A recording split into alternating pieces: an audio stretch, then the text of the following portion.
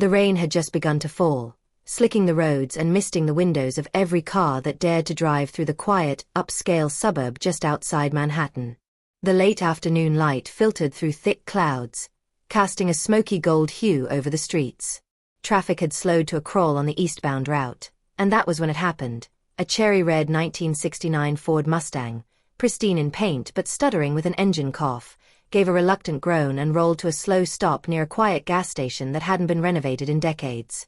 Inside the car, Samuel Durant, a self-made millionaire known more for tech conferences and glossy magazine covers than roadside mishaps, ran a hand through his thick silver-streaked hair and cursed softly under his breath. The car had been a passion project, his father's dream, restored in his memory. And now, here he was, stranded like a tourist. He popped the hood, stepped into the drizzle, and stared blankly at the engine like a man who could solve an algorithm in seconds but couldn't name a single car part. Several cars passed. No one stopped. That was, until a small figure, no older than 10, appeared at the edge of the station lot, soaked, clutching a plastic bag that barely covered her tattered jacket. Her dark curls were tangled from the wind, and she had a face too young to look so serious. "You're flooding it," she said, simply, in a tone far too confident for someone her age. Samuel blinked. "Excuse me. You're flooding the engine." Classic mistake with these old models. If it's a 302 V8, you gotta go easy when it sputters like that. He raised an eyebrow, amused despite himself. "And you know this how?" "My dad used to fix cars," she said, already stepping forward and tossing her bag near the curb. "He taught me before she trailed off. Before he wasn't around anymore." Samuel hesitated, but her small hands were already working, expertly flicking at the choke and tapping the carburetor with the handle of a nearby wrench. He stood there, watching in disbelief as the girl navigated the engine with a familiarity that didn't match her size or situation. Moments later, the Mustang purred like a lion roused from slumber. He let out a whistle. "I should put you on payroll." The girl shrugged. "I don't need money. I just wanted to help."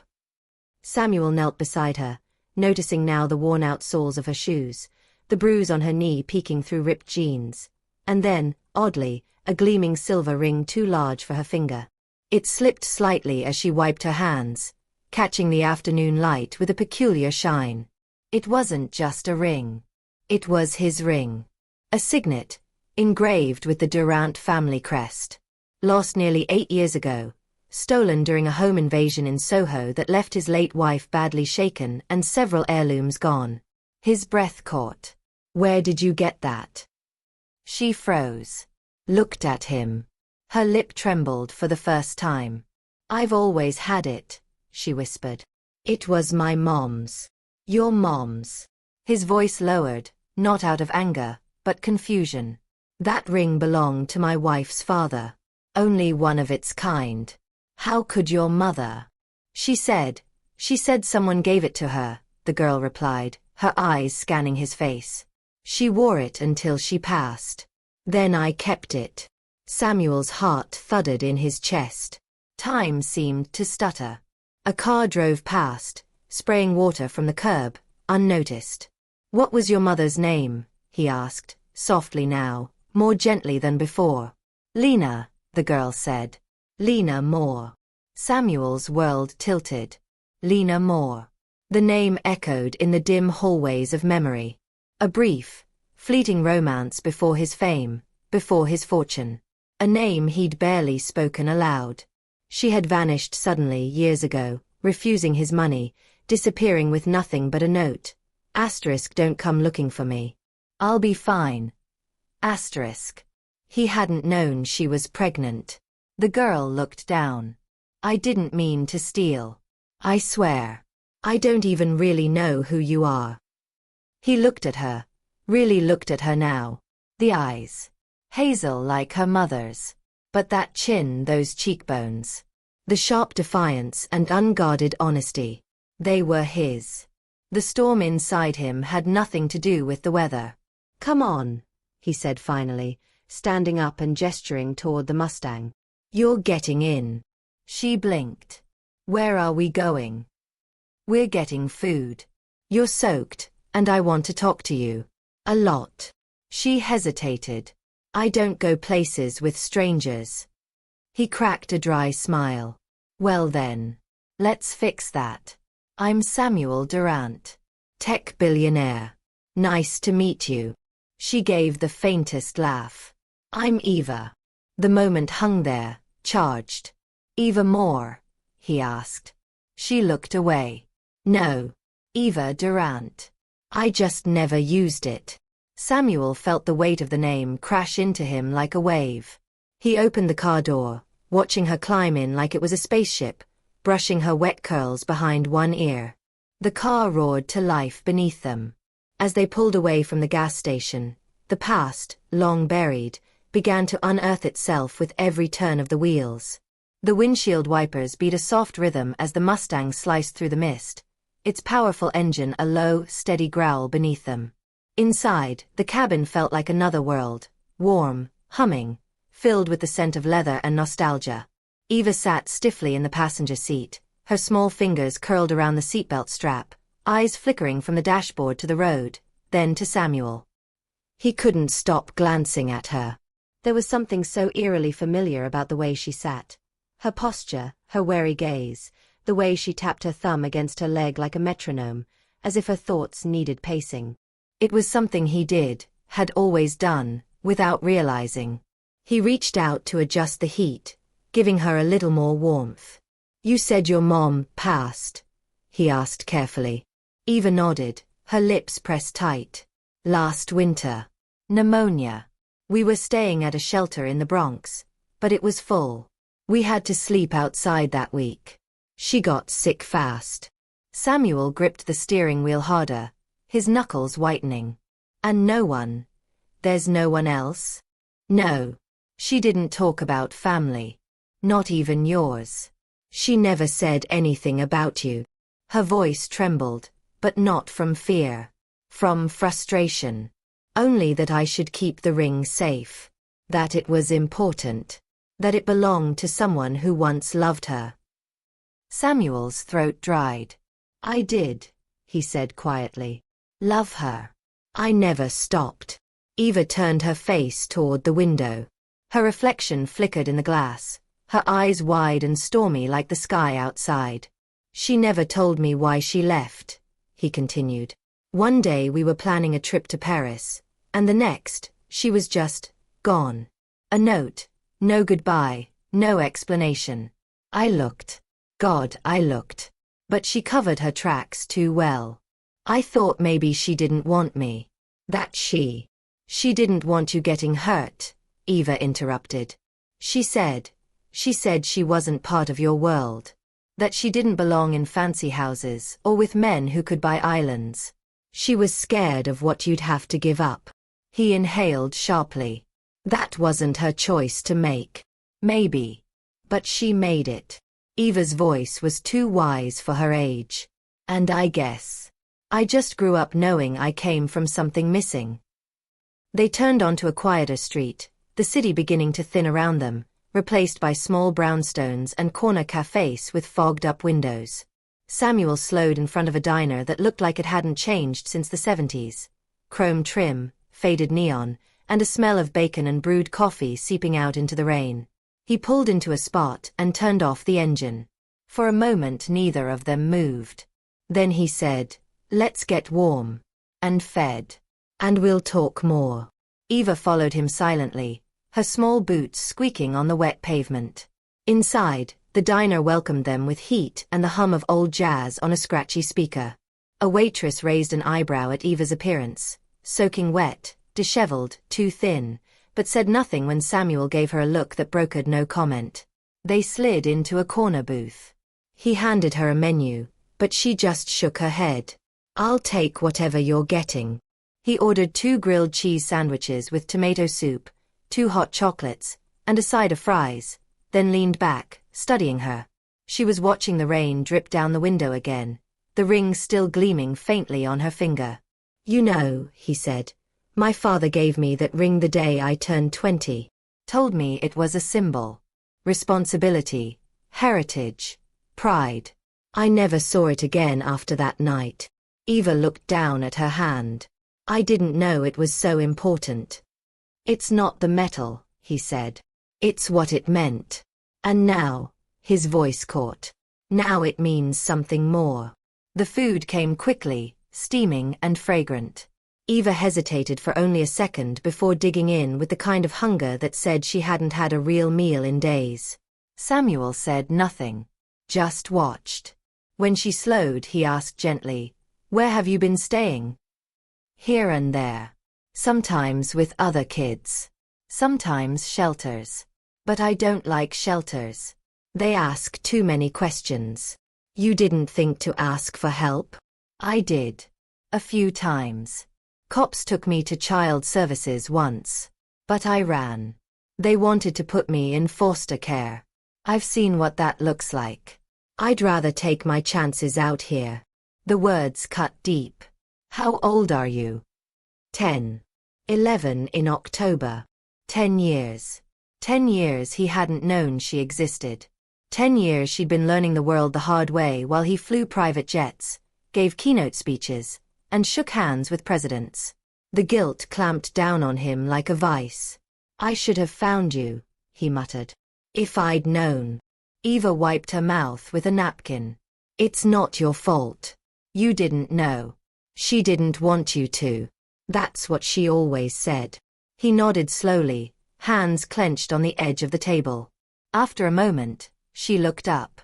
"You're not gonna give me back, are you?" "Back to who?" "The system. Cops. Case workers. I don't want to go back." He stared at her. The edge in her voice wasn't rebellion. It was fear. Pure and simple. "No," he said. "You're not going back." Tears welled up in her eyes, the first sign that her walls were cracking, but she blinked them away quickly. They finished the meal in silence. When they walked back to the car, the rain had lightened to a drizzle. Samuel opened the passenger door, but before she climbed in, Eva paused. "What now?" "What do you mean?" "I mean, am I just your problem now? Your project? Are you gonna make a press statement or something?" He knelt beside her, meeting her eyes. "No," he said quietly. "You're my daughter." Her lip trembled again. This time she didn't hide it. He drove slower on the way back. Not toward his downtown penthouse, too overwhelming, but to a modest property he owned in Brooklyn Heights, one he rarely used. It was warm, comfortable, and private. A place where she wouldn't feel like she was being dropped into some billionaire's glass palace. Eva sat curled on the couch in a fresh set of clothes, a blanket around her shoulders, staring at the fireplace he'd switched on more for comfort than heat. She'd showered. Her hair was clean, her face scrubbed. She looked younger now. Smaller. But her eyes never stopped scanning. Watching. "You know," he said as he poured her a mug of warm milk in the kitchen, "I think your mom would have wanted you to find me. Even if she didn't admit it. I'm not sure. She named you Eva Durant." She didn't respond right away. Then said, "She used to tell me stories. About a man who built empires with his brain. Who loved her once, but didn't know about me. She always sounded sad when she talked about him. I think she missed you. Even if she never said it." He walked over and handed her the mug. "I missed her too," he said. Eva looked at him then. Really looked. "What about now?" she asked. "What happens to me now?" He sat down across from her. "Well, I was thinking, maybe you could stay. Just until we figure out what you want. School, doctors, maybe a room that doesn't have leaks. You can meet a few people I trust. And if you ever want to go somewhere else." "I don't," she said immediately. He smiled. "Good." They sat for a while, the crackle of the fire filling the silence. Rain tapped against the windows like a lullaby. Then Eva asked, "Can I ask you something weird?" "Go ahead." "Why the Mustang? You could afford any car." He chuckled. "That car was my dad's. Before he died, he made me promise I'd restore it. Said it was the last piece of who he was. I spent 2 years tracking down the exact model, original parts, everything. But I never really drove it. Just sat in the garage like a shrine. Eva sipped her milk. Feels like it was meant to break down. He raised an eyebrow. You think so? She nodded. If it hadn't, you wouldn't have stopped. I wouldn't have helped. And we wouldn't be here. He sat back, letting that sink in. Maybe, he said softly. Or maybe the world just finally decided to fix something for once. Eva smiled, a real one this time, small and cautious, but real. He watched her as she leaned back into the couch, her eyes growing heavy, the warmth slowly replacing the tension in her shoulders. For the first time, she looked like a child again. Not a survivor. He stood up, dimmed the lights, and laid a blanket over her knees. Tomorrow, there would be questions. Papers. Lawyers. School forms. A whole world that needed to be reshaped. But tonight, there was just her. And him. And the Mustang that finally led them home. The fire crackled softly, casting shifting shadows across the room as Samuel sat back in the armchair, watching Eva sleep. Her features, softened by sleep, reminded him so painfully of Lena that it ached in his chest. The same long lashes, the same slightly parted lips. Even in rest, there was a kind of guardedness about her, like she didn't entirely trust the peace around her. It would take time for that to fade. Maybe months. Maybe years. But he would wait. He owed her that, and so much more. He rose quietly and walked into the kitchen, letting his thoughts settle into the rhythm of slow, deliberate motion. He poured himself a glass of water and leaned against the counter, looking out at the night-drenched cityscape beyond the window. Somewhere out there was a world that had let her slip through the cracks. A world that never should have forced a child to know words like shelter rotation or caseworker before she'd even lost her baby teeth. The ring. That damned ring. He couldn't stop glancing at it when she moved, couldn't stop remembering the night it vanished. He remembered his wife's face when they discovered it missing, pale, trembling, her voice shaking not from the loss of the object, but from the memory it carried. Lena had worn it once, in another lifetime, and now it had made its way back to him on the hand of a daughter he'd never met. He ran a hand through his hair and returned to the living room, careful not to wake her. She'd shifted slightly, curling toward the back of the couch, the blanket tangled at her feet. He knelt and gently pulled it over her shoulders again. She stirred and blinked up at him. "You should be in bed," she mumbled, voice thick with sleep. "You should too." "This is a bed to me," she said, tucking her arms underneath herself. Samuel sat down on the floor beside the couch, his back against it, arms resting on his knees. "We can change that. Tomorrow we'll go look at the other rooms. Pick one. Make it yours. Do I get to decorate it?" "Of course. With dinosaurs. If that's your thing." "It was. When I was 6. She yawned. "Now I like space. And maybe cats. Space and cats." "Got it." She was quiet for a few moments, then whispered, "Are you mad at her?" He turned slightly to look up at her. "At your mother?" "Yeah." He didn't answer right away. "No. I was, a long time ago. I didn't understand. But now, I think I do." She made the hardest choice she could, even if it was the wrong one. "I think she thought she was protecting you. Or me. Or both." Eva nodded slowly. "She always said we were okay. Even when we weren't. She made it feel okay." Samuel's chest tightened. "She was brave. She used to tell me stories. About a man who loved old cars and built things that changed the world. About how he smiled with his eyes." He swallowed hard. "I used to tell her she should write children's books. Her imagination was a universe. She wrote stuff down. In a notebook. I think it got lost when we had to leave the shelter. Or maybe she sold it. If it's out there," he said, "we'll find it." Eva reached for his hand suddenly, and without thinking, he took it, Her fingers were small, dry, but trembling just slightly. He wrapped his hand gently around hers. "You don't seem like a billionaire," she murmured. "Why not? You don't smell like one." He laughed, startled by the honesty. "And what do billionaires smell like?" "Expensive. Plastic. Airport perfume. You smell like laundry detergent. And leather." "I'll take that as a compliment." She squeezed his hand. "I think she'd be glad you found me." "I'm sure she would." Eva's eyelids began to droop again, her breathing slowing into the steady rhythm of sleep. He stayed beside her until her hand slipped from his and she drifted off completely. When morning came, it was with streaks of amber sunlight pouring through the tall windows, illuminating the wooden floors and casting long lines across the furniture. Samuel had barely slept. He'd spent most of the night at his desk in the next room, not working, just sitting, scrolling through old photos of Lena, their emails, fragments of the past he hadn't looked at in years. Every image of her was like a window into a moment he now saw differently. Her smile, once enigmatic, now looked more fragile. Her laughter in videos had an edge he hadn't recognized, like someone trying to savor something she knew wouldn't last. He brewed coffee quietly and made pancakes the way he remembered Lena doing it. Thin, slightly crispy edges, no syrup, just a sprinkle of powdered sugar.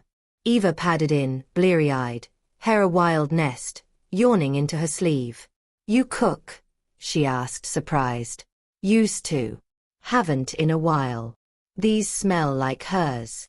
He turned, spatula in hand. "Like your mom's." She nodded, rubbing her eyes. "She used to make pancakes like that on Fridays. Even if we didn't have enough for dinner, she'd still find a way to make pancakes for breakfast." He set the plate in front of her and watched as she took a bite. Her expression changed, softened. "Are you okay with being a dad now?" she asked between bites. "That's not something I have to think about. I am your dad, whether I'm ready or not. You didn't sign up for this." "I didn't. But I would've. Even if I was a mess." "You're not a mess." She gave him a look, dry, pointed. "Okay, maybe a little bit," he admitted. "But so am I." They ate in silence for a while. The day was shaping up clear, with a cool breeze. From the windows, he could see the streets starting to bustle. People walking dogs, delivery trucks navigating tight turns, an older man hosing down the sidewalk across the street. "Do you want to go shopping today?" he asked. "Get some new clothes? Books?" Eva tilted her head. "I don't really like stores." "What if it's just us? Quiet. Small places." She thought. "Maybe. Can I get a sketchbook?" "Absolutely. And a hoodie. Anything you want." He had never spent money like this. Not emotionally, anyway. He'd thrown millions into tech companies, startups, charities. But buying a hoodie for his daughter, that felt weightier than any acquisition. Later, they walked together down the quiet streets of Brooklyn, choosing boutiques over chain stores, bookstores over malls. People turned their heads when they recognized him, but one glance at Eva beside him and most of them kept moving, intuitively sensing something unspoken but deeply personal was happening. They stopped at a little corner shop where the owner, a kind older woman with glasses too large for her face, treated Eva like royalty. Let her pick out a dark green hoodie with a galaxy pattern on the sleeves and 3 notebooks with different textures on the covers. Samuel bought her pens and colored pencils and a tiny stuffed lion she didn't ask for but didn't let go of after she saw it. By afternoon, they were seated at a cafe patio sipping hot drinks, Eva sketching something in one of her notebooks. He peeked over. "That me?" he asked. She turned the page quickly. "No. You don't like compliments." "I don't like people looking before I'm done." "Got it." She smiled slightly. "It was you, though." He sipped his coffee. "Do you want to meet the rest of my family?" "At some point." She tensed. "Like, your real family?" "You're my real family. But I do have people in my life who matter. My sister, some old friends. A goddaughter who's not much older than you. I don't know. Maybe. Eventually. I won't rush it. That night, after dinner, Thai takeout and chocolate ice cream, Samuel found her asleep on the couch again, sketchbook on her chest. He gently lifted it, glanced down. This time the drawing was unmistakably of him, sitting on the floor beside her, just like the night before, a blanket draped over her shoulders. And around his finger, a ring. Not the signet. A different one. One she'd drawn. A child's interpretation of what a father should wear. He closed the book, heart full, and turned out the light. The days turned into a rhythm neither of them expected. Mornings began with pancakes, sometimes oatmeal when Eva insisted she didn't need sugar every day, but Samuel still managed to sneak in honey or cinnamon. She'd sit on the kitchen island while he moved between the stove and the counter, reading bits of news off his phone or telling her small, strange stories from his childhood, things he hadn't thought about in decades. The first time he got caught cheating at chess. The time he broke into his neighbor's garage because he thought it was a haunted house. She listened with the kind of quiet attention that made him slow down when he spoke. Like his words mattered. Like she was memorizing them. Her laugh came more easily now. Not constant, not yet, but when it did, it was bright and sudden, like sunlight breaking through clouds. He watched as she explored his house room by room, asking permission before she opened drawers, pulling books off shelves and leafing through them with a mix of reverence and curiosity. She found an old turntable in his study and spent an entire afternoon trying to figure out how to use it. By the end of the day, she had Nina Simone crackling through the speakers, sitting cross-legged on the floor like she discovered electricity. Sometimes she asked about Lena. What was her favorite color? Lavender. Did she dance? All the time. Especially when she cooked. She used to pretend wooden spoons were microphones. Did she ever cry? Often. But not in front of people. Only when she thought no one could see. Did you love her even after she left? He didn't answer that one right away. I think, he said finally, a part of me always did. Even when I was angry. Even when I didn't understand. Eva took that in without a word.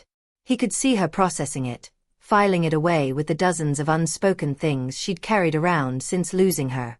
He didn't pressure her to talk about those things. He just let them come when they did. And they did. Late at night. Usually. When the lights were low, and the city sounds were muted. She'd sit with her knees tucked under her, curled into her hoodie, and she'd start in a whisper. About the night her mom didn't wake up. About how cold the shelter had been. About the man who'd tried to take her sketchbook and how she'd bit him. About the day she'd found the Mustang, parked near the station, and something had told her to go toward it. That it wasn't just a car. It looked like something from a dream, she said. I saw myself standing next to it before I even crossed the street. You're saying you had a vision?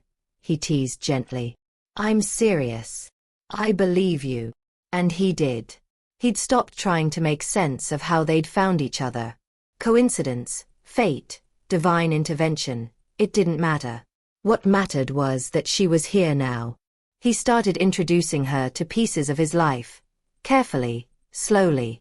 The first was his sister, Miriam, a quiet woman in her 50s with sharp eyes and a soft laugh. She ran an art gallery downtown and took to Eva instantly. She's Lena's?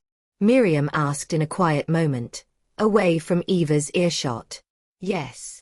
She has her mouth. And your stare. God help us. Eva stood nervously beside the tall, angular sculptures in the gallery, fidgeting with her sleeve. Miriam crouched and offered her a small sketch pad. Want to try drawing something ugly? Eva blinked. Ugly. Beautiful is boring. Try ugly. Make it weird. Within minutes, she was seated on the floor, drawing a crooked house with legs and birds flying upside down. Miriam looked at Samuel and nodded slightly. He introduced her to his company the next week. Not the boardroom, not yet, but his office. A sleek, glassy space on the top floor of a building that looked down on the city like a watchtower. Eva stood at the window, pressing her palms to the glass. You can see everything. He smiled. I used to stand there just like that, every morning, pretending I was king of the world. Did it work? Depends what you mean. Did it make you happy? He didn't answer for a moment. I think I was chasing something I couldn't name. Did you find it? He looked at her, the sunlight casting shadows across her face, her curls reflecting hints of gold. I think it found me. They took drives in the Mustang, now restored and running smoother than ever. Eva insisted on riding with the windows down even when it was cold, her hair whipping in the wind, her sketchbook balanced on her lap. They went to museums, flea markets, parks with forgotten swings. She started piano lessons, her idea, and he sat outside the studio each week, pretending to read while secretly listening to the stuttered chords through the door. She was a fast learner, her hands small but precise. She began drawing portraits, first of random strangers, then of people she knew. One day she handed him a page, a sketch of him sleeping in his office chair, tie loose, mouth slightly open. I look like a corpse, he said, mock offended. You looked peaceful. Like you stopped thinking for once. He chuckled. I'll treasure it. One afternoon, he came home to find the dining room table covered in art supplies. Glue, glitter, old magazines cut into jagged shapes. Eva sat in the middle of it, covered in paint, constructing a collage that looked like organized chaos. This was supposed to be a homework project, she said. Then it turned into a thing. He looked closer. The collage was a sprawling landscape of fractured images. City buildings, old cars, planets, faces. In the center was a tiny cutout of a little girl holding hands with a man made entirely of clock pieces and gears.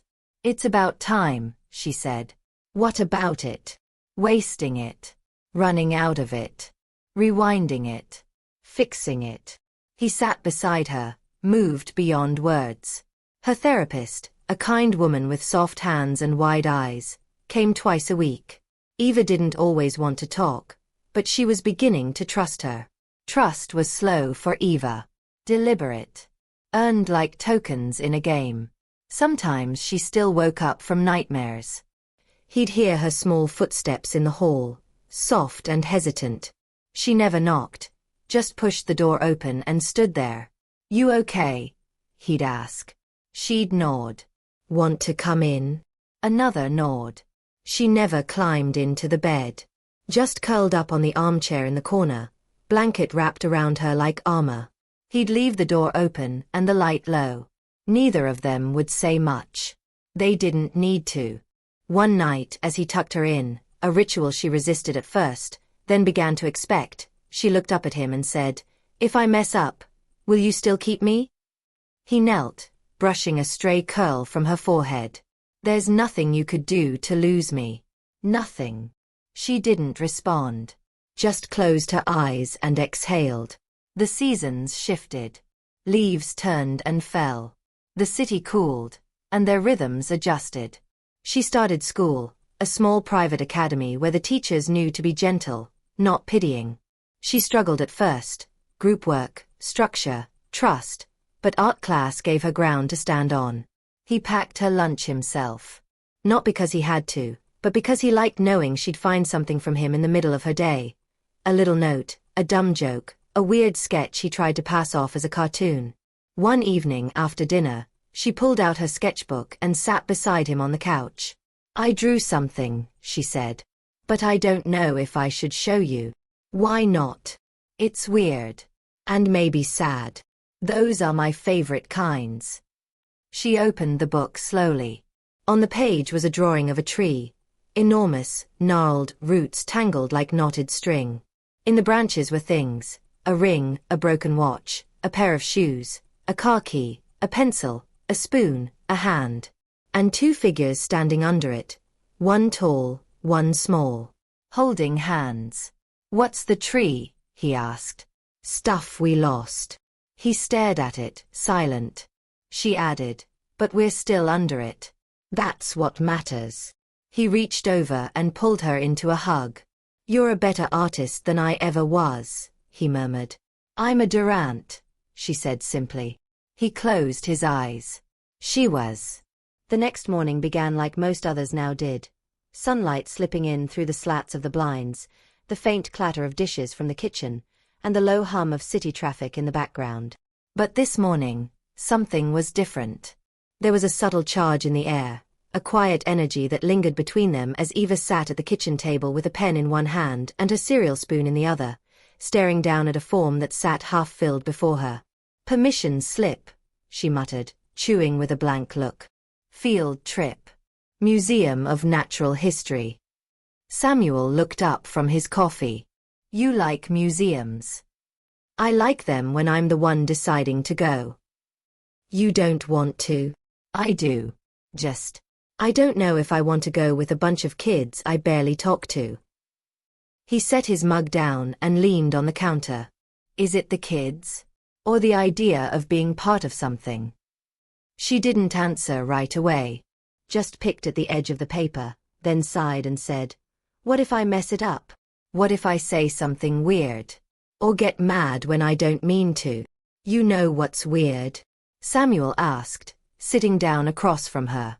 "I've spent my life in rooms filled with some of the most successful people in the world. CEOs, heads of state, scientists, influencers.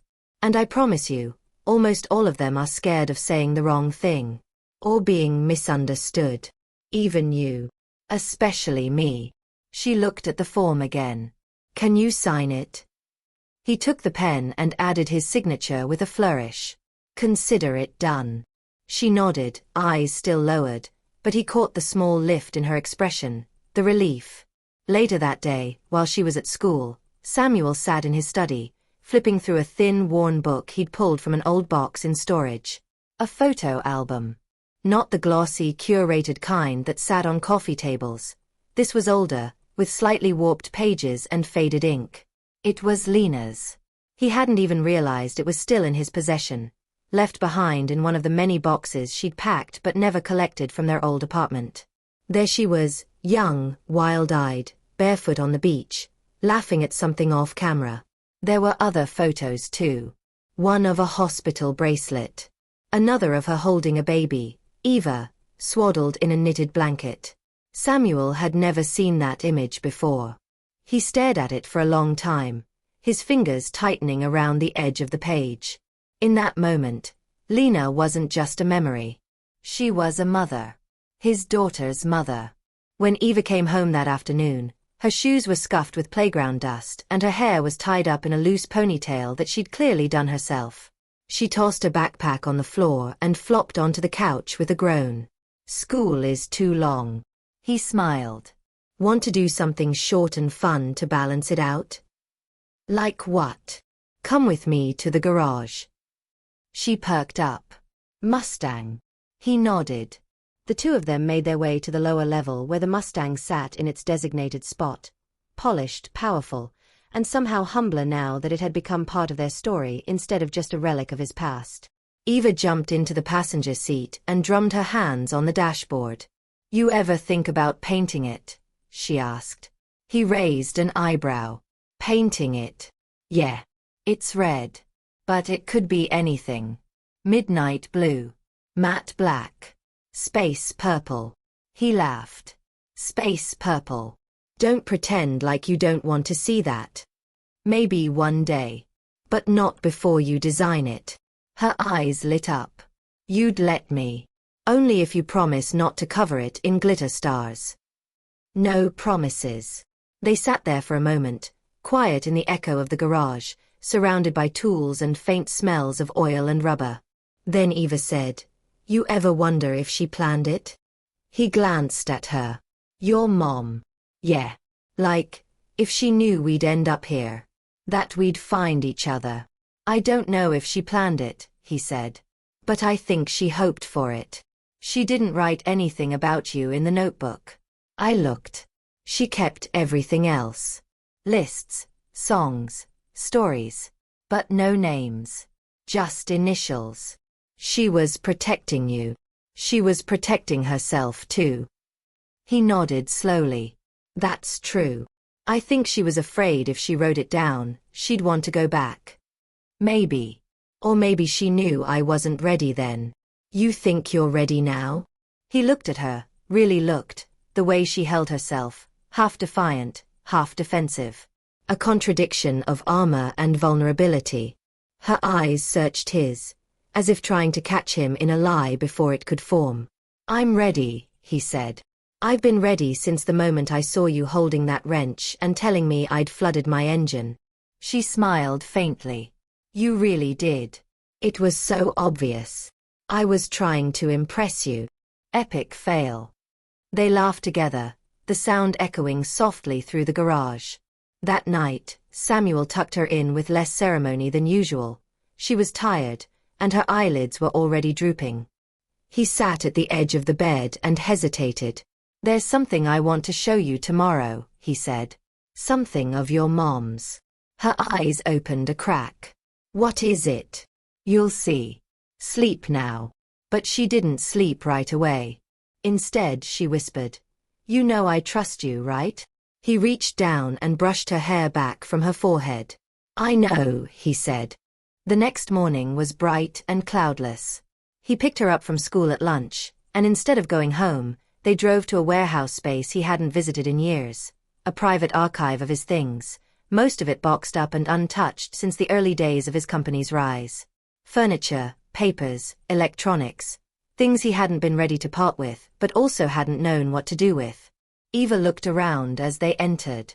This is like a memory graveyard. Sort of. They moved through the space slowly, him pulling down boxes with labels scrawled in Sharpie. He found one marked LM, Keep, and opened it on a work table. Inside were fragments, a broken mug, a scarf, a bundle of letters tied with a red ribbon. A notebook. Eva's fingers hovered over it. That's hers. He nodded. She picked it up carefully, reverently. The cover was soft and worn, the pages slightly bent at the corners. She opened it and read silently. A sketch of a woman holding a baby, sitting on a fire escape. A poem about train stations. A list titled Things I Want You to Know Someday. Her voice wavered as she read aloud. You are made of stars. Not the soft twinkling kind, but the wild burning kind that make up galaxies. You are not broken, even when you feel like shards. The world is heavy, but you are heavier in all the right ways. She looked up. She wrote this for me. I think she wrote all of it for you. They sat there, surrounded by boxes and dust and silence that wasn't empty but full of all the things they were just beginning to find. Eva closed the notebook gently and pressed it to her chest. I want to keep this. It's yours. When they returned home that evening, she carried the notebook like a fragile artifact, placing it carefully in the drawer beside her bed. Later, as they sat on the balcony, watching the sky bleed into twilight, Eva asked, Do you think she's watching us? I don't know, he said. But I like to think she is. And if she is, I think she'd be proud. Eva leaned her head on his shoulder.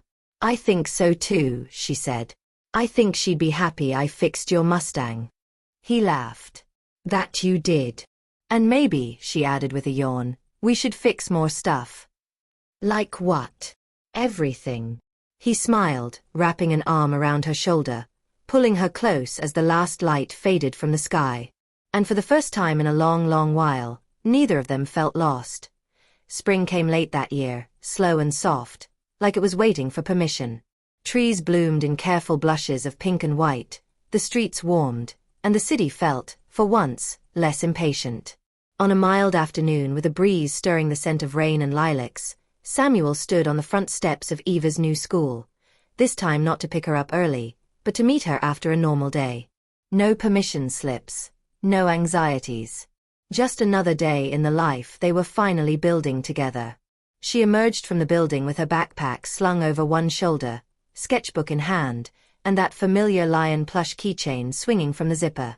Her hair had grown longer, her step lighter. She spotted him and grinned, wide, unfiltered, and real. It still caught him off guard sometimes, how much a single smile could undo years of quiet ache. Guess what? She said as she climbed into the car. What? I got picked for the youth art showcase downtown. They're putting up one of my pieces in the gallery. His heart swelled. You're officially a public artist now. I told them I get that from you. He chuckled. I can barely draw a straight line. Yeah, but you make things. Big things. It's the same.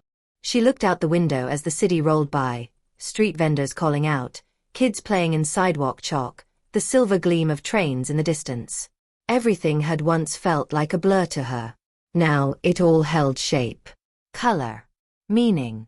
At home, she bolted to her room, returning with a notebook, Lena's notebook, and handed it to him with a folded piece of paper tucked inside. I finished something. I want you to read it. He unfolded the page. It was a letter, written in Eva's uneven, determined hand.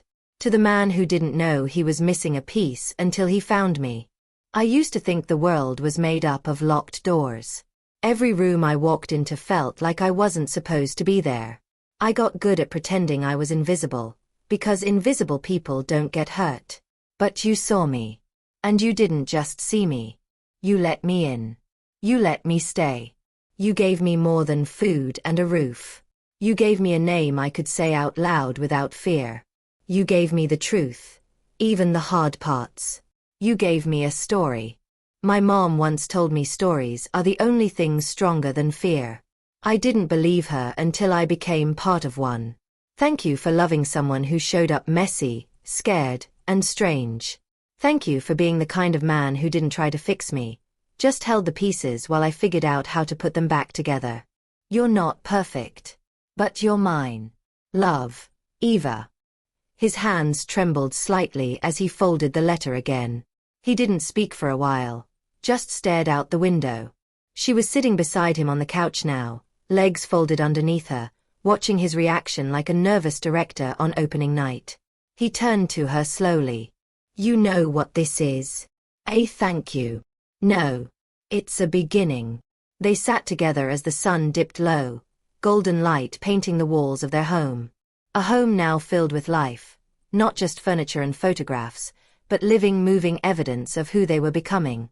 The fireplace was lit less often now, but the warmth had stayed. Not from flames, but from the everyday constancy of laughter in the hallway, keys tossed onto the counter, wet umbrellas by the door.